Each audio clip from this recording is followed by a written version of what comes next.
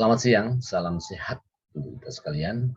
Selamat berjumpa dalam perkuliahan mata kuliah industri peternakan.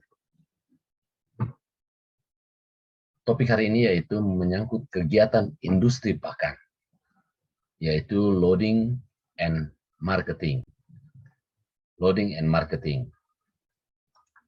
Kita tahu bersama bahwa kegiatan industri pakan itu ada 7. Ada yang dikatakan purchasing order, kemudian receiving, ada quality control, ada warehousing, ada processing, dan loading serta marketing. Yang akan kita bahas hari ini menyangkut materi loading dan marketing. Apa itu loading? Loading itu pengangkutan. Kemudian marketing itu adalah pemasaran. Kita mulai dengan loading. Loading adalah suatu proses pengeluaran dari gudang atau pemuatan barang-barang dari gudang ke dalam angkutan yang siap menuju kepada pembeli. Loading merupakan finish product, tahap akhir dari proses produksi.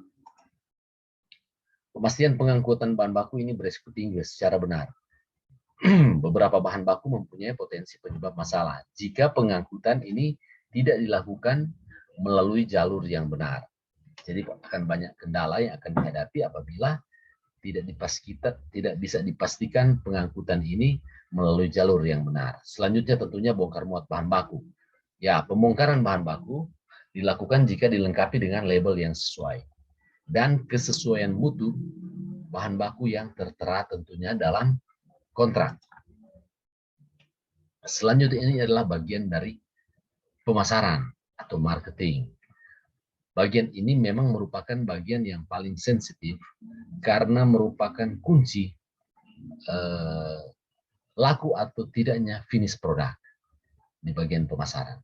Jadi kalau tadi loading, ini adalah sekarang menyangkut marketing, pemasaran, bagian akhir dari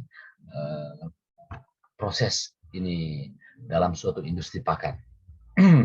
Kita tahu bersama bahwa konsep inti pemasaran meliputi tentunya kebutuhan, kemudian juga ada keinginan dan permintaan, nah, produk barang dan jasa maupun gagasan. Ini ada nilai, kemudian biaya dan kepuasan pertukaran dan transaksi, serta hubungan dan jaringan. Jadi ini terkait semua ini. Jadi konsep inti pemasaran, ada produk di sini. Kemudian di situ juga ada nilai, ada biaya, ada kepuasan, pertukaran transaksi. Dan ini merupakan suatu kunci sukses dalam industri peternakan. Ya, khususnya menyangkut produk-produk pakan yang akan misalnya pada bagian akhir dari suatu industri peternakan, perusahaan peternakan akan dipasarkan. Dan sekali lagi ini merupakan faktor penting. Selanjutnya pada dasarnya tujuannya kita tahu bersama tujuan didirikannya suatu perusahaan adalah untuk memperoleh keuntungan, memperoleh laba yang sebesar-besarnya, sehingga dapat mempertahankan kelangsungan hidup usaha meskipun banyak alasan juga yang lain ya. Karena itu semua kegiatan yang dilakukan oleh perusahaan harus atau selalu diarahkan dalam pencapaian kestabilan,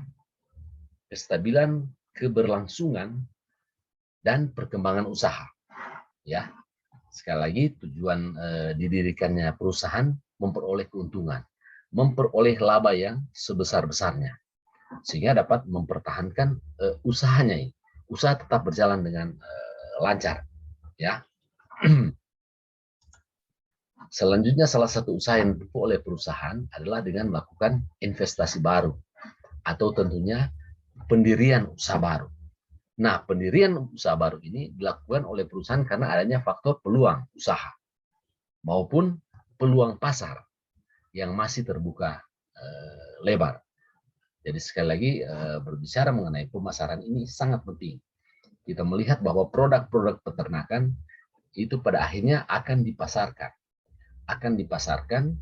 tentu untuk mendapatkan keuntungan, mendapatkan laba dari suatu perusahaan industri peternakan, ya, melalui investasi-investasi yang dilakukan, sehingga perusahaan peternakan ini boleh berjalan berjalan dengan lancar mungkin, tetap stabil usahanya, dan sambil melihat peluang pasar yang terbuka, sehingga produk-produk tersebut nantinya bisa dipasarkan. Ini adalah contoh, misalnya salah satu contoh pabrik di mana jumlah industri penghasil ransum dan yang berpotensi penghasil pakan konsentrat ternak.